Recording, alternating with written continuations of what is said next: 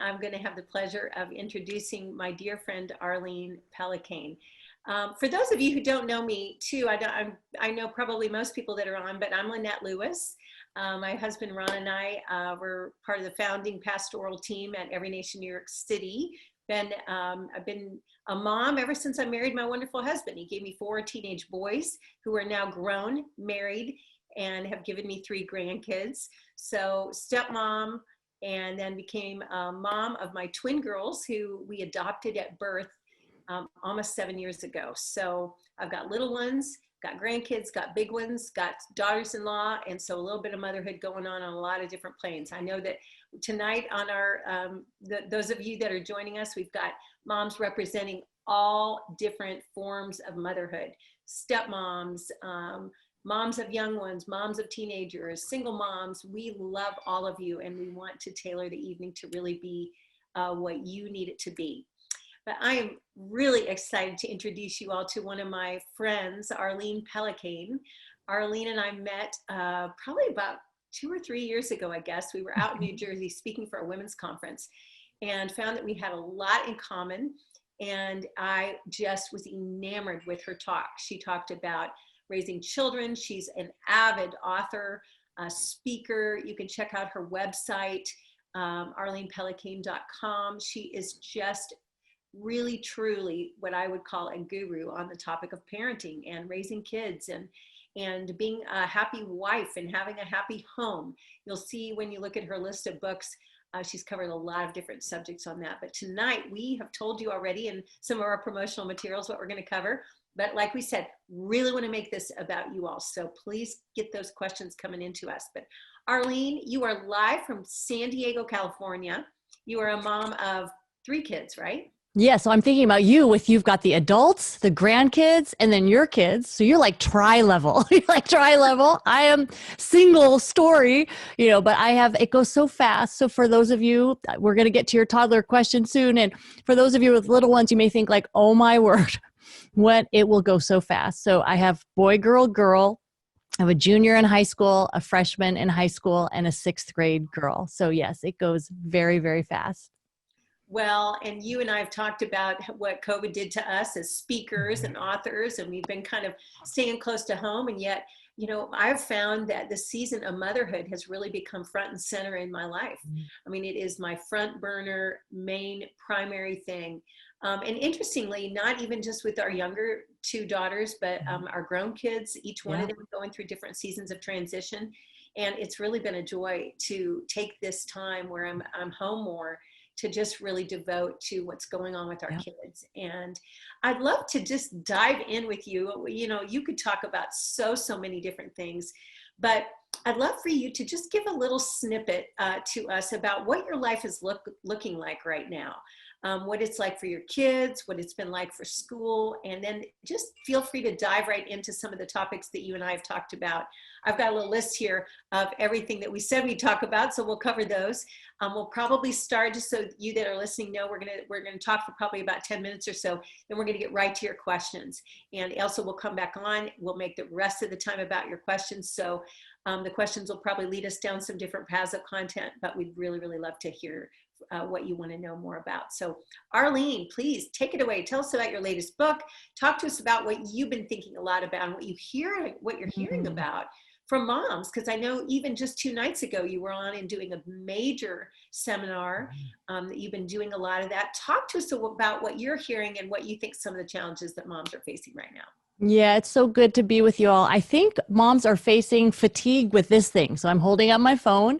So we are thinking, okay, this has been really great during the pandemic to have screen time, but this has really been awful during the pandemic to have screen time. So that's a bit of the space that I've been living in right now, because Dr. Gary Chapman of the 5 Love Languages and I just released 2 new books in October. So one is called Screen Kids, 5 skills every child needs in a tech-driven world. And the other one is for you grandparents, grandparenting Screen Kids. And what this is about is just educating us.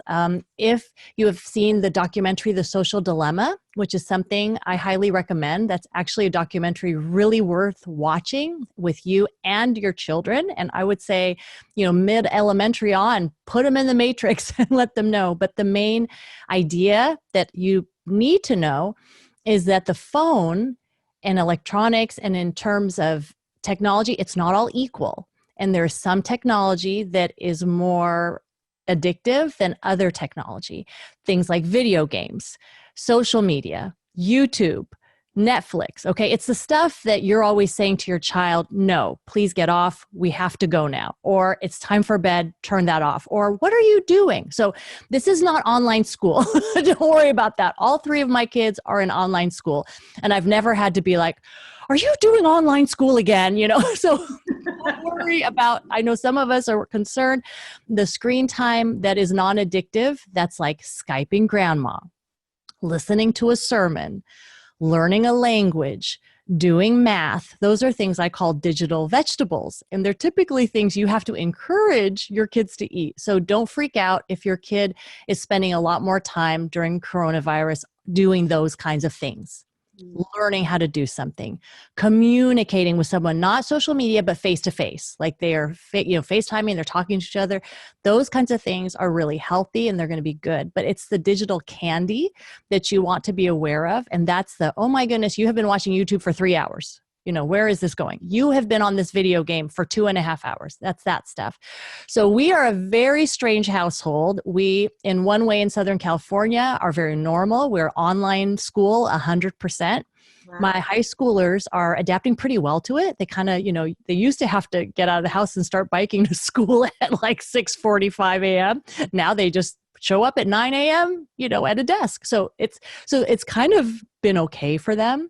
And we have been doing it. So they've been seeing their friends regularly. So that, on the weekends, we'll do a park date. So that way they're seeing people. So it's been okay. But for my 6th grader, that has not, she's totally missing because it's, her school from kindergarten to 6th. And she's been there the whole time. And now she's top banana and there's all the fun things to do, like the 6th grade dance and 6th grade camp. And she's got the main part of Mufasa and the Lion King and, all these things that you don't get to do. So I think a lot of families, you listening, you have your list of disappointments, the things that your family has missed this year, the routines that you really miss, the free time because you have more time hands-on now with your kids that you really miss. And I just want to encourage you, you have shown up tonight, which speaks volumes. It shows that you want community, that you want help with your kids. And I promise, there's kind of a statement that my husband just recently said to me that I'm like, oh, I got to share this with the moms. And, it's not original. I think it comes from like Coach Nick Saban, but it's see a little, see a lot, see a lot, see a little. And what it means is if like in my children, if I can just see a little bit, a little slice of like, they're really having, like my daughter, Lucy, she isn't meeting her friends because a lot of her friends are more COVID, cautious. Unlike my older kids, they're meeting their friends. So she needs some, so I'm seeing a little, right? I'm just seeing like she has a need for some kind of outing.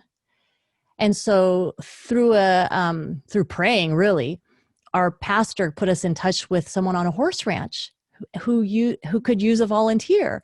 And so every week, Lucy and I go to this horse ranch and she volunteers. She scoops poop and combs the horse and does all this stuff. And in return, she's learning how to ride. And it's been like amazing. So it's like I saw a little and it's like, what can we do for that little thing to help it? Right? So like, good. What can we do? Then all of a sudden you see a lot. And now that's been a really big help for her. But if you see a lot, like you're like, oh my word, look at my house. It's a mess. Oh, my children, they are smarting off. Look at the TV. It's always on. We are eating non-nutritious food. No one's getting their homework. And you just see everything every day. And you're just like, I'm fighting with my spouse. My kids are disrespecting me. Can't even get out of our pajamas. And you just see everything. Then it's really hard to know where to begin. So see a lot, see a little. So I really want to encourage you, let this Sunday night be kind of like that focusing funnel where you're like, okay, this year maybe has been really great. Some families I know have liked the extra time with their kids, not having to run to A, B, C, D, E, F, and G. Like it's kind of been nice. But perhaps by this time you're like, we're done with hunkering down and we're ready to go, right? Wherever you're at, that you would just say, Lord, sharpen my view this week and show me what's that thing in my child's life I need to see this week, and what's something I need to do to improve it. And it could be that you see their electronic habits, that you see, a great question to ask is technology bringing your family closer together? Because it can. Or is it pulling you further apart? And that's what these books, Screen Kids, are about, because sure, screens can unite us. You can all sit together and watch a movie together. Screens are uniting us right now that you can't meet right now, perhaps 2 feet away from your friend, but we can be, so they can, but on a regular basis, on a normal day, screens can be really easy that it's just, oh, mom's doing that, daughter's doing that, son's doing that. Everybody's doing their own thing on their screen, and it can be really isolating. So ask yourself that question: are screens pulling us together, or are they pushing apart? And then watch that movie, The Social Dilemma, and realize that it's not you. You're not a bad mom. It's not your fault. If you're like, oh, I'm such a bad mom, if I was a better mom, I'd have more control. You need to know that the video games, social media, YouTube has all been super spiced up so that for the brain, it triggers addictions. For the emotions, it fills all these needs, and that you're competing with brain scientists and doctors and psychologists and testing over and over and over to refine it, to make it as appealing as possible. So you're dealing with dark chocolate, my friends. Like, this thing is really tempting. So the more you can learn about it, that's going to help you with your kids, because I know the screen time is a really big concern for a lot of people right now. Yeah, I think that is just so rich and so helpful. And I like the 2 things that I heard in that is, first of all, it's like when you say see a little, yeah, it's like take a small slice and troubleshoot it almost. yes, We found that our girls were just constantly asking to watch a movie, asking to watch a movie. And we really don't like to do much TV. Even when we went to completely online from March through June, they were getting, oversaturated as 5-year-olds or as 6-year-olds on school, but then they still wanted kind of that letdown kind of screen time. So one of the things that's really helped us is to say, okay, we're going to have a special family movie night, and you can watch 1 movie a week. Yeah. We decided it's going to be Saturday night. We're flexible about the time. Some Saturdays at 4, sometimes it's at 5 or 6. We have our routine. I find that kids, at least the age that my girls are, Totally. even the older kids, they like 2 things. They like routines and they like rewards. Mm-hmm. And when I put even our rewards into a routine framework. Yes. Like we have our little routine done now for every morning. What they do when they get up, they brush their teeth, they think, and we have a little chart where we just list the routine items. And when I started charting it, letting them put the star next to everything that they do, it felt like a reward doing the routine instead of just we're doing the routine again. And then movie night became this special thing. So I'll start talking to them about the beginning of the week. What movie are we going to watch this week? And they'll have one idea on one day and change their mind. But we get there to Saturday night. And I'll be honest, some Saturday nights I'm sitting there, we're all together. We got the popcorn. Other Saturday nights, I am working in the kitchen right next to them while they're watching. Right. You have to be flexible on these things because you don't always have the perfect setup. But it has been such a sweet moment. And I'll tell you one other spinoff that really became a blessing is my husband. A lot of you know my husband. He is a committed guy and he works a lot. And I said, honey, if we're going to do this special family night, what if we talked about making the entire Saturday kind of like our Sabbath day, because we're pastors and so Sundays are really busy for us. Well, we started calling it our Sabbath, and the Sabbath ends on Saturday evening with a movie night. And just having that framework, that one slice of our week has made such a difference. And it's just, they just really don't ask that much anymore for other moments. Maybe they'll say it during the week and I just say, honey, we got movie night. Let's put our attention on that.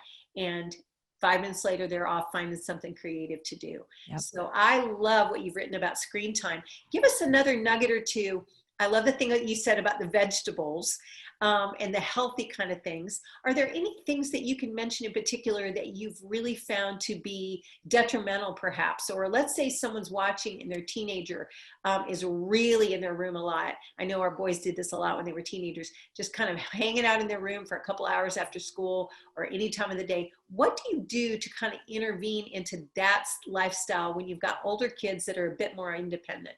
Yeah. So educating the kids, I think, is so good with your teenagers, treating them like future adults to let them know. So whether it's sharing studies with them, whether it's showing them things. So for instance, if you explain and think about your children, and how best to explain to them, but understand that something is happening in their brain. So when your child is playing video games, their body, depending on how intense the game is, and most likely it's pretty intense, their body thinks this is fight or flight. Like I have to run and I have to defend myself and I've got to get this guy before he gets me. And all that's happening just sitting on the couch. It's not true fight or flight. So all this dopamine is just going crazy in the brain. And the blood flow is going to all the basic functions. Like let's keep this kid breathing.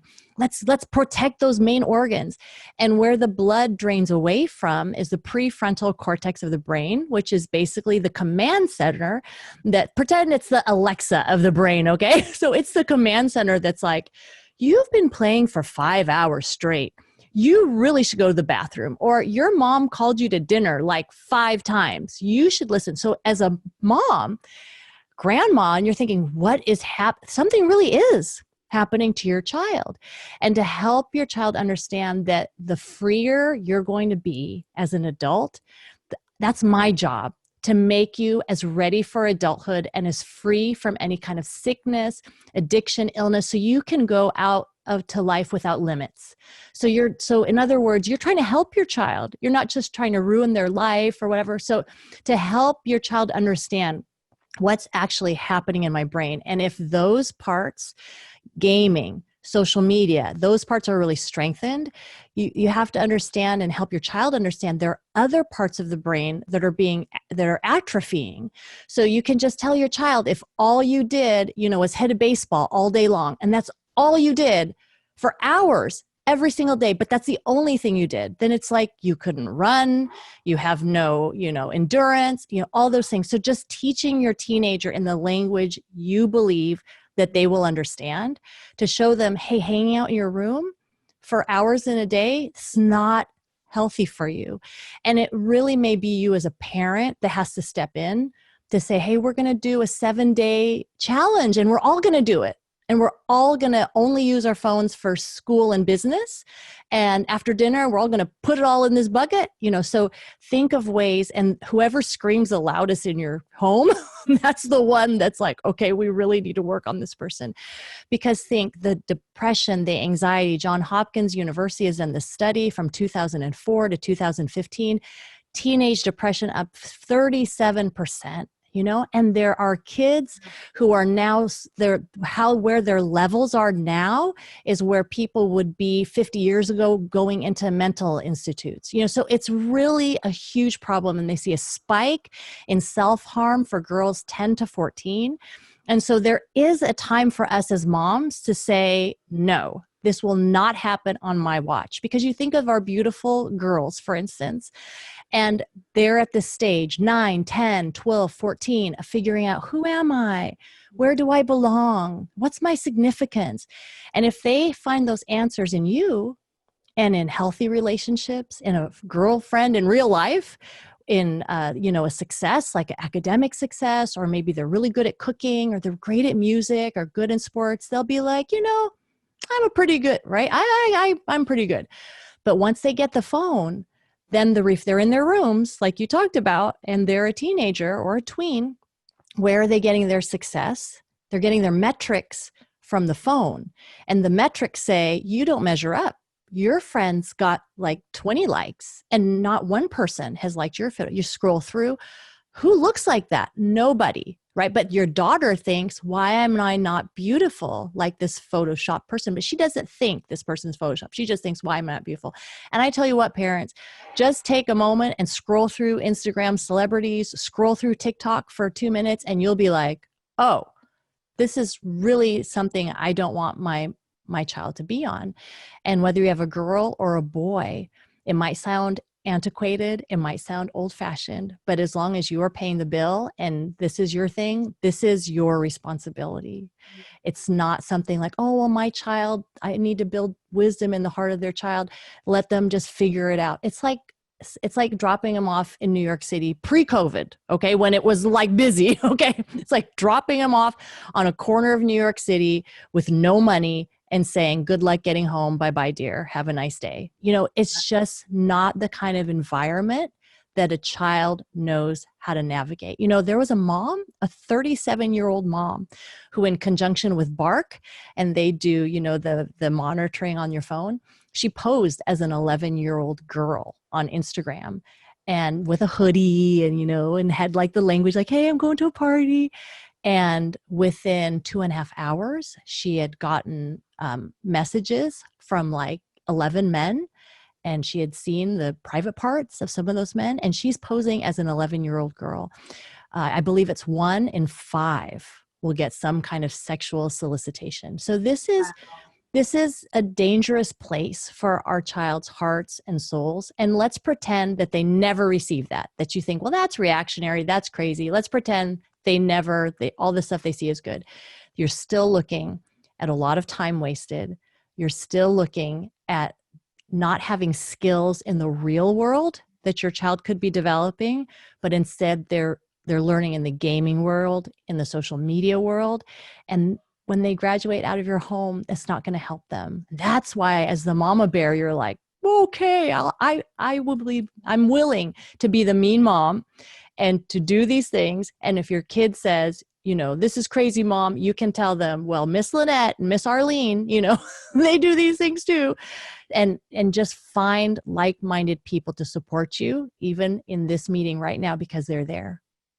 That is just so good. Ailsa, I want you to come back on with us because I am sure we're already at almost 8:30, and I know we have a ton of questions, which we are going to dive into in just a minute. But you know, something I'm thinking about, Arlene, as you're saying that, is I think about this discipline as a parent so often like exercise. I mean, I've been an avid runner for 40 years now, but there are still so many mornings or any time when I just do not feel like going on a run. Yeah. I don't feel like exercising, but as we get older, we don't even pay attention to those feelings, right? Because we know we need to eat right and do those things. But our kids in the natural flesh, they're not going to want to do what we're asking them to do. Yeah. I'll say, girls, we're taking a break. We're going on a bike ride. I don't want to go on a bike ride. I don't want. But every single time we go on a bike ride, they're the last ones that want to come home. Mm-hmm. And I just think we're like trainers for our kids. Yeah. And the trainer doesn't pay attention to your emotions. They just know that you want them to help them succeed. But that's why we need things like tonight. And really, that's why we need each other, because we do feel like the bad mom, or I think mom guilt is a huge thing on so many levels. I barely ever struggled with a lot of guilt until I became a mom. Mm-hmm. Then it feels like it's constant, that thing of just, I should be doing this more, or why don't I get the results here? But I really want everyone on the phone to be encouraged that you are not alone, that we go through so many similar things, all of us. It's why we need each other. It's why we need community. But Ailsa, I want to throw it to you, and please weigh in with some of the questions we're getting, and we want to try to get through as many of these as possible. Yeah, good evening, everyone. And we are still taking questions, so as I ask them, don't think you can't submit any more. So please continue to submit questions. We've had some really good ones, so I'm looking forward to hearing some answers.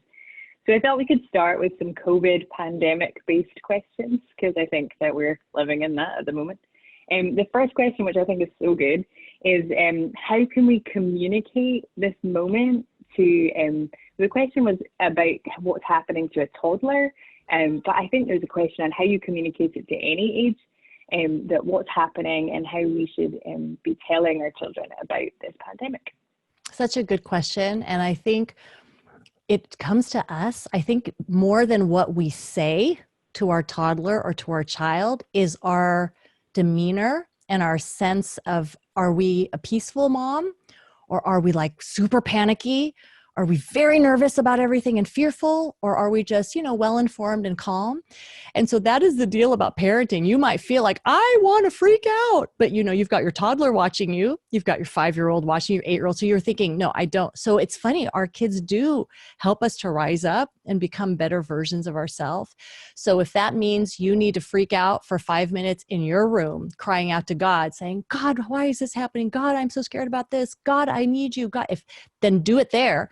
And then when you're with your toddler and with your young child or your older child, you're calm, you're not afraid, because the idea is, our days are in God's hands and no matter what happens. So I'm going to be calm. I'm not afraid. I'm going to trust in God.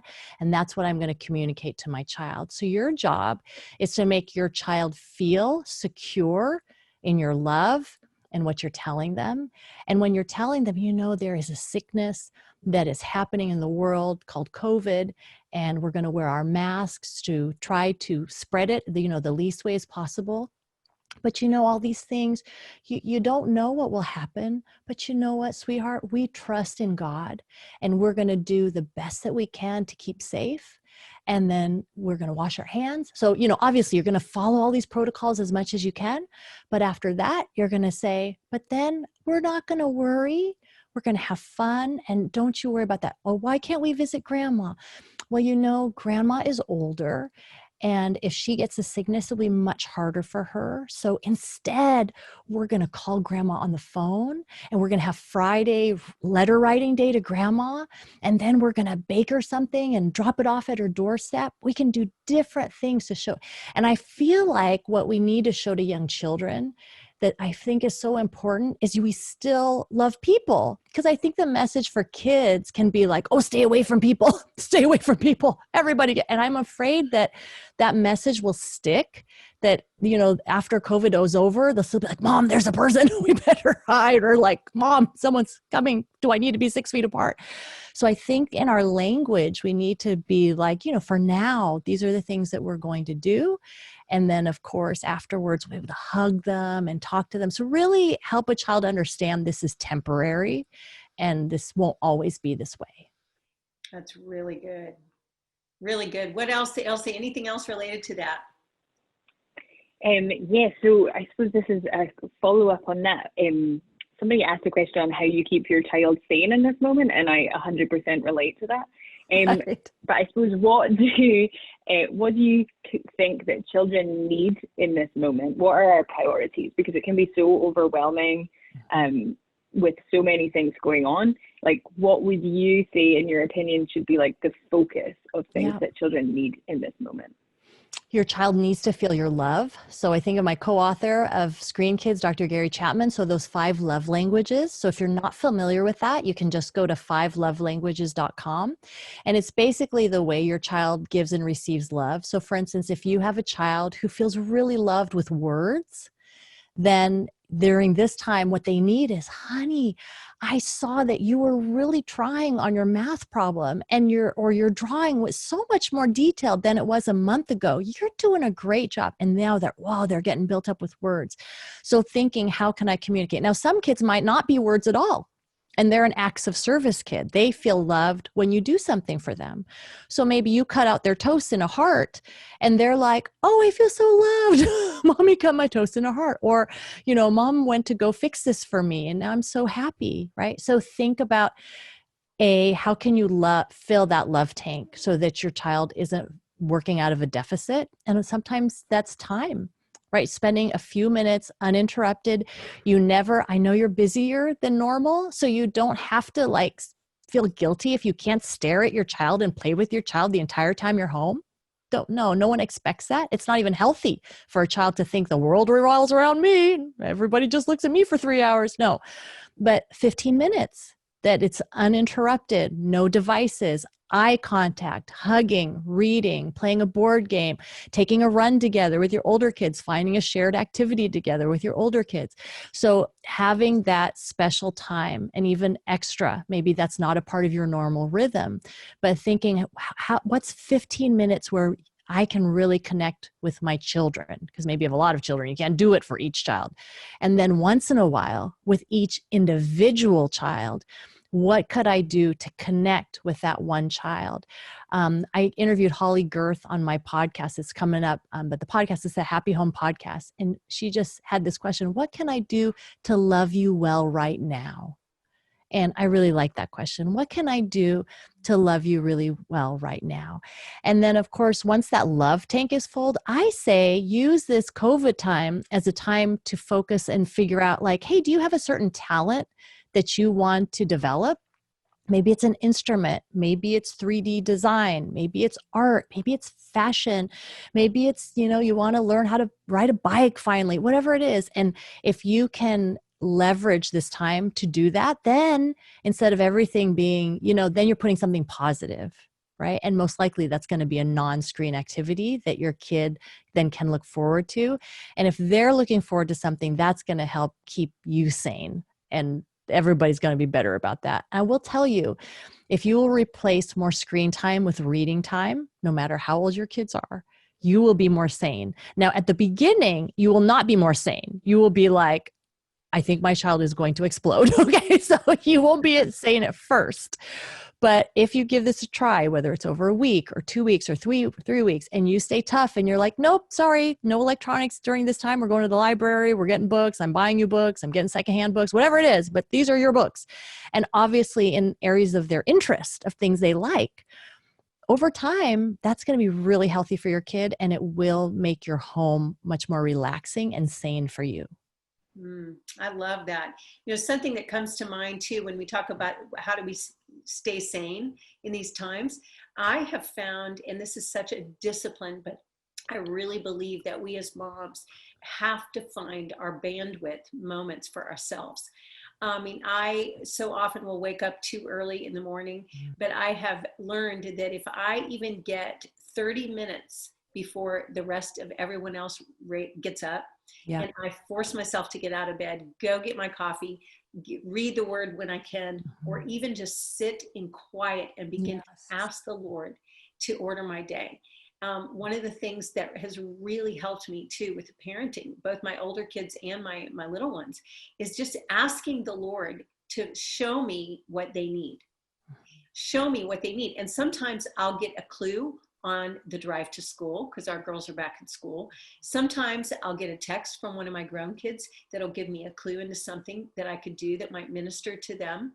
I just think that quietness before the Lord at some point, sometimes I do it when I'm on my run, but finding those places for we as women and as women of God to get with the Lord and to tune in quietly to the Holy Spirit and to get our mojo, right? To just do whatever refreshes us in order to hear better and to not feel like literally, because depending on what time I get up, I found that the entire day till like 8 p.m., I feel like I have not one moment to myself. And I cannot hardly handle it. But if I even just get that 30 minutes at the beginning of the day, it sets the course and it helps me tune into their frequencies and actually have capacity to think about them more than trying to survive myself. So I know we're always working on ideas like that, but I just think it's so important, crucial, vital. It's kind of like they always say, when the mask comes down on the airplane, put it on yourself first before you take care of your child.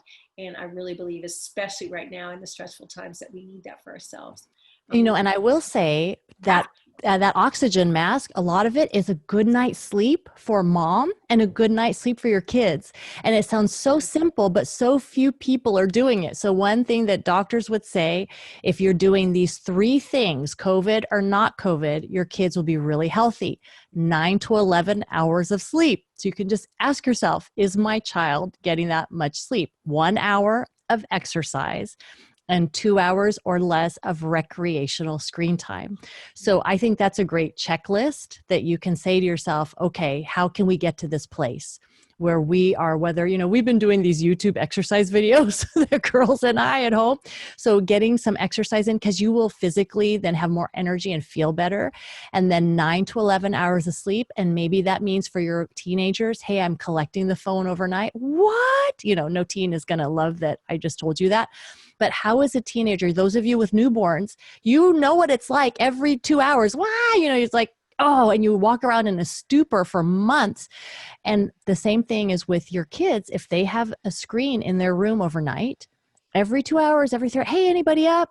Hey, look at this. Hey, who wants to play? Hey, let's wake up early and play before your parents know. Hey, let's, right? And they're not functioning well because they're not getting enough sleep. So if you can view it like that, then you understand, oh my goodness, I need my child to get a good amount of sleep. And believe me, if your child gets sleep, they'll be easier to reason with the next day, and you'll be so much happier. And then for us as moms too, getting that 7-8 hours of sleep, that's also ideal as well for us to protect that time.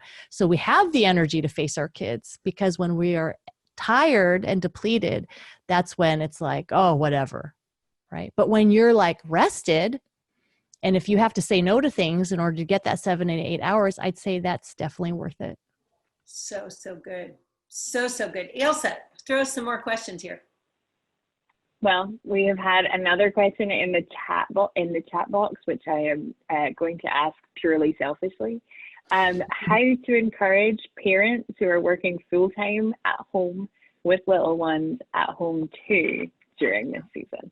So difficult, right? So if you are in a 2-parent situation, you might like do this schedule where it's tag team and really work in time blocks, so think, and our brains are like this as well, that we work, very well, but then after, an hour, we start to drift and we're wondering, oh, should I buy that on Amazon? And I wonder what I'll watch tonight, right? And then you're like looking at the news. So take advantage and realize, okay, I have limited time. So honestly, the working parent who realizes I have limited time, I better really get this done, very much may get as much done as our normal self that's like, I'll get this done. But I got a little time. Let me look over this shoes. And this kind of has to do research with what I'm doing. We've all been there. I write books and it's like 30% of the time I'm looking at what I'm supposed to be writing. And then 70% of the time I'm like, what does my child, I should get shoes for them. It's so truly, if you will tag team maybe with your spouse, and you say, okay, I have the 9 to 10 a.m. block, and then you take, and then we'll all break at 10 for 10 minutes, and then you take the next hour block, and you honestly work in blocks like a sprint, like uninterrupted, go get it done, and you play with this. Maybe it's a 2-hour block, and you take turns and play with this until it's like, this is working, So that I would encourage short spurts. There's The Power of Full Engagement is the book, and I can't at this exact moment remember his name, which is awful, but it's a major business book, Power of Full Engagement, and it's about managing energy. Tony Schwartz. It's about managing energy. So for you in that sense, to don't feel defeated that we don't have enough time, but make it, how can I make my energy so that I'm fully working, but have nothing to do with the kids, but then I'm fully with the kids and I'm not always trying to get away to my laptop. Now, if you're a single mom, and also you could be a married person and your other person is gone all day, so my little chat didn't help you very much. That's when you can, and I'm telling you, I promise it will work, because I wrote from 2010 till now, 2020, I've written 9 books, and my children were small during those early years of writing books, and they will get used to the normal you give them. So if you give them, whether it's books or blocks or Legos or whatever, and then it's just maybe a short amount of time that they get that video time, if they will adapt, like we think, oh, they won't be able to handle it. But honestly, if you ignore them and you're just like, mommy needs 30 minutes, and you set a timer. We used to have a timer cube and it had a 30 on it. And I would show them, for this time, you can't ask mommy a question unless you're like, going to throw up or something. And then at the end of this, then we'll talk again. Right. And believe me, again, it's not easy at first, but if you just drill this down and you do not compromise, they'll get it. And then before you know it, maybe 4 or 5 days into it, you're like, oh, this is great. I can work for an hour, and they can be sitting next to you, and they can be reading books, and they can be coloring, and it's doable. But you just, first of all, you have to believe. Like, I know a lot of you are like, that's crazy. How could we do that without electronics? And there will be a time of breaking and having to rebuild that ability, but it can be done. And the sooner you do it with little kids, I promise you, the happier your life will be, because then they have the self-soothing skill of, hey, I'm bored and I don't need someone else to solve that for me. I can find something to do myself. And that's a really valuable skill in life. That is so good. One other thing that's worked really well for me over the last, especially 7 years that I've had the girls, is looking for what I would call a mother's helper. There are young girls. I have one in my neighborhood right across the street right now, and our very favorite babysitter at this age started working with us when she was 13. And that's usually about the age where they're a little too young to get a job. But they are great at coming over, getting to know your schedule. You can ask them to do whatever. They can sit and write. When we went to online school, I got one of my babysitters. We negotiated a deal. She had lost all her jobs. She wanted extra money. She was willing to take far less than normal. I needed the help on online school. And even the skills she was getting by helping me were great for her college applications, because she's going to be an elementary ed teacher. Get creative with getting the help that would really free you up for blocks of time. Because I knew if she would come over at a certain time and stay till noon, let's say, or 1, I would get a lot done in those blocks of time. And I could actually work and get my projects done because I had that help. It doesn't have to be expensive regular babysitting help like a nanny, but it can just be fill-in time. I would really encourage you. And I start always by praying. I'm like, Lord, reveal someone that would love to do this for me. And it's been amazing how many people he's brought to our family over the last 7 years. So just another idea on getting some creative space when you're working from home. Elsa, what do we got? Any other questions? We've got a little bit of time left here. I have a couple of questions that are kind of more about the parenting role in general. So the first one is about the tension as a parent between controlling your child and maybe not, and guiding them. So there's a lot of parenting philosophy out there that we actually don't have a lot of control over what our children will do. But then there are other ones that are much more like you intervene, you discipline. Can you help us understand more of that tension between how much control we have over our children and how much we should intervene? This is a great question. So I want you to picture a funnel, okay? So picture a funnel, and right now it's like, it can go either way. But anyways, when you have little children, it's kind of like the funnel's like this, and you have to control a lot. You have to control, hey, don't touch that. Don't put that in your mouth. Okay. Don't hit your sister. Okay. Don't cross the street. There's a lot that you have to control and that you need to control. Okay. So you do need to be empowered as a parent. So the whole idea of like, let your child find their own way. Let them find their own path. They're not going to find a good path. It's right. If you look at the Bible, there's the way of the wise and there's the way of the fool. And the heart is deceitful. Our t-shirts probably will say, follow your heart, but the Bible says the heart is deceitful above all things. And so it's your job as a parent to really shepherd and guide your child. So first of all, feel that empowerment of like, no, I'm not just supposed to let them be. I'm not just supposed to, I'll stifle their inner self. No, it's your job to teach them, to disciple them, to train them. This is what's right according to the word of God. Just look at the 10 commandments. We shouldn't covet. We shouldn't steal. You get it. So I'm saying, guide your child and feel that power that I've got to do something. But as your child gets older, right, by the time they're teenagers, they're at this tip-top part where really, if you've done your job down here in helping them and guiding them and showing them, no, that's not why. And this is why, dear. And when they're little, you don't have to describe all the whys. You're going to get dressed because mommy told you so. I don't need to give you paragraphs and paragraphs and a dissertation about why people get dressed, right? But as they get older, then you start letting them make decisions. You start, well, what do you think about that? And that control, it lessens. And so think of that funnel. A lot of people have it backwards. So when they're young, it's like, oh, we let them do whatever. And then when they're older, they went crazy. And then we found we had to intervene a lot because we didn't do it when they were younger. And so I know that can feel discouraging, like, oh no, what if I let them do a lot when they were younger? And then when they got older, they got all crazy on me. God's going to be there and you're going to still be able to do that. But if you understand, like, they need more input at the beginning, and if it's not control, it's wisdom, it's discipline, it's guiding, it's consequences, so not letting them just get off with things, but there's a consequence for disobedience, not for accidents, not for imperfection, but for disobedience. There are consequences for that. And a child will understand that and will help them in the future understand the relationship with God. And the last thing I want you to say is, remember, it's not your job to control your child. A lot of us, we get the phones because we want to know where our kid is at all times. We get the app, follow their dot. I got to control every decision they make, right? Your job is not to control your job. Your job is to teach your child how to have self-control so they can do it themselves.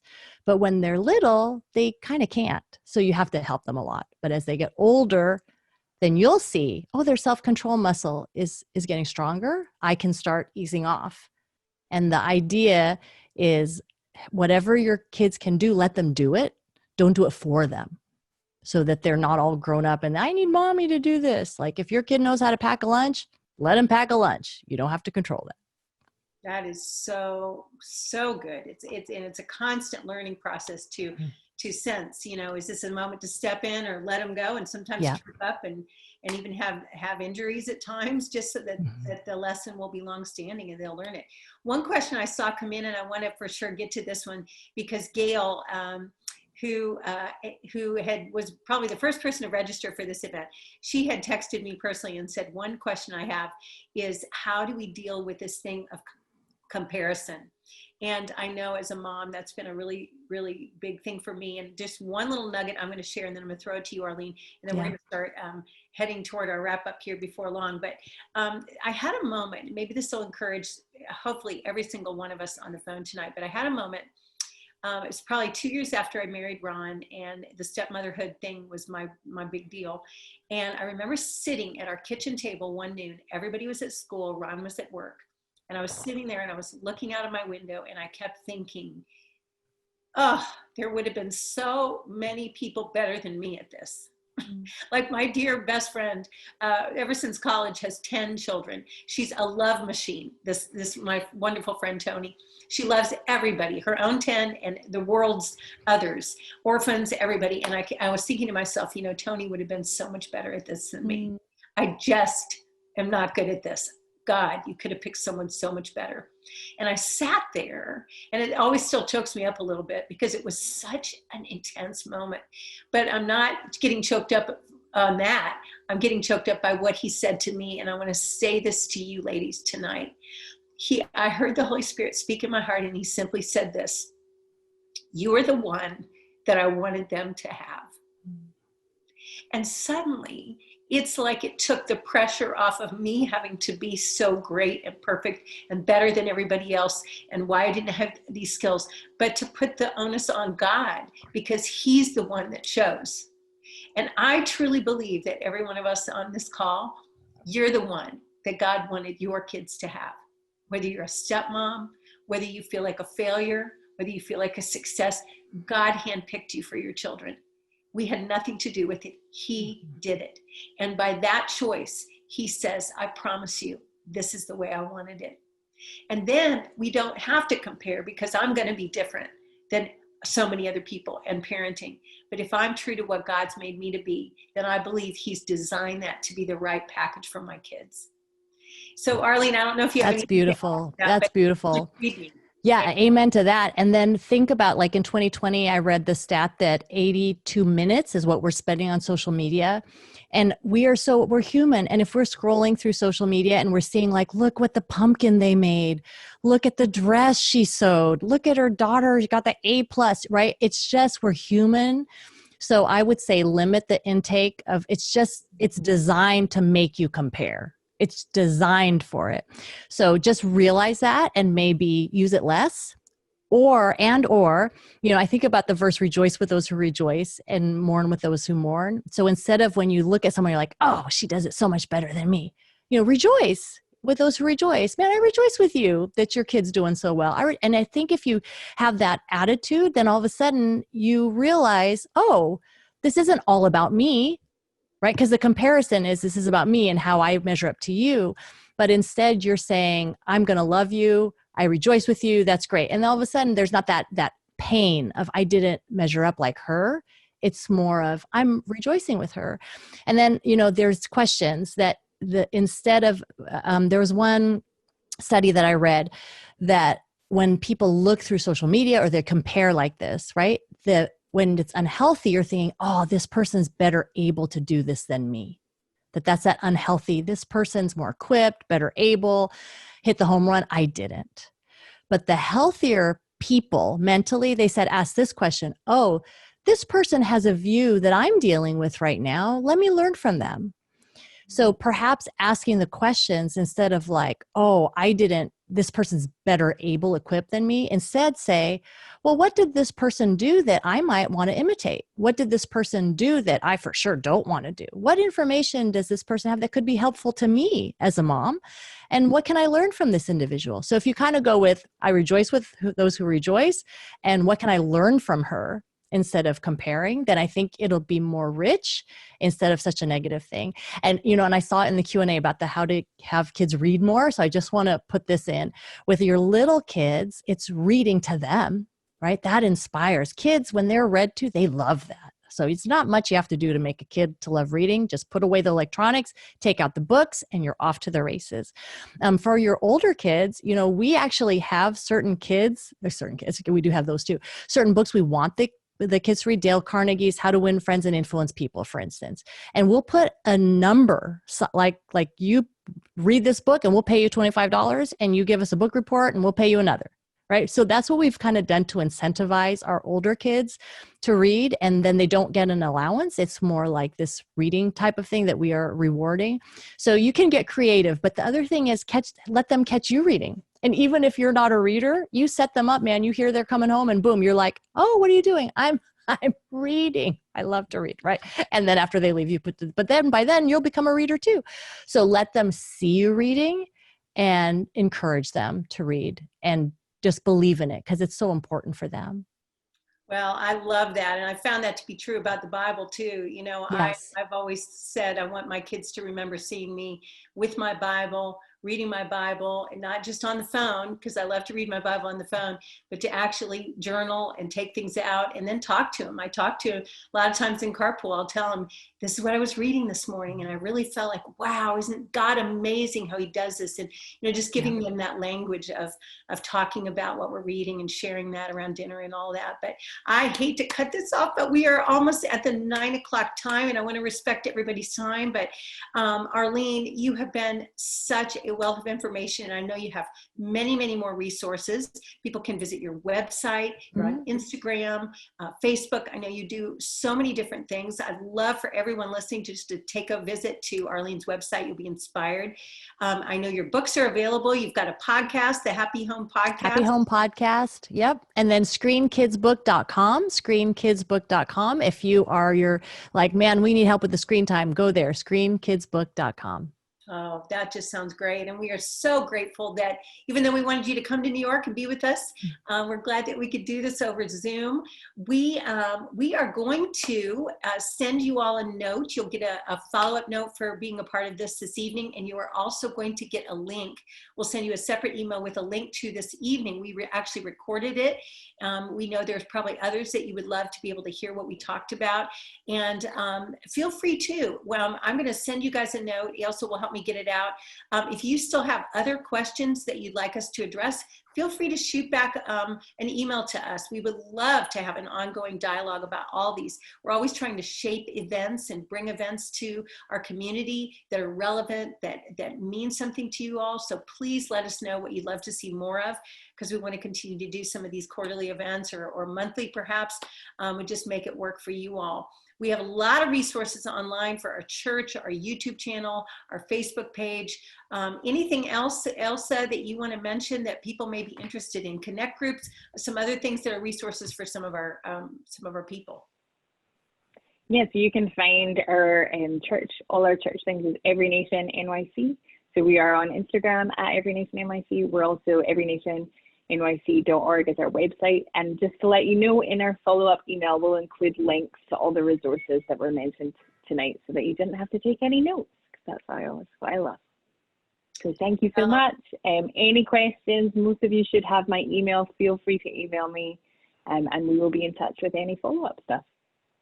So thank you all for joining. It was a wonderful night. Arlene, my friend, come see. Thank you so much. Thanks for having me. It was wonderful to be with you ladies. Thank you.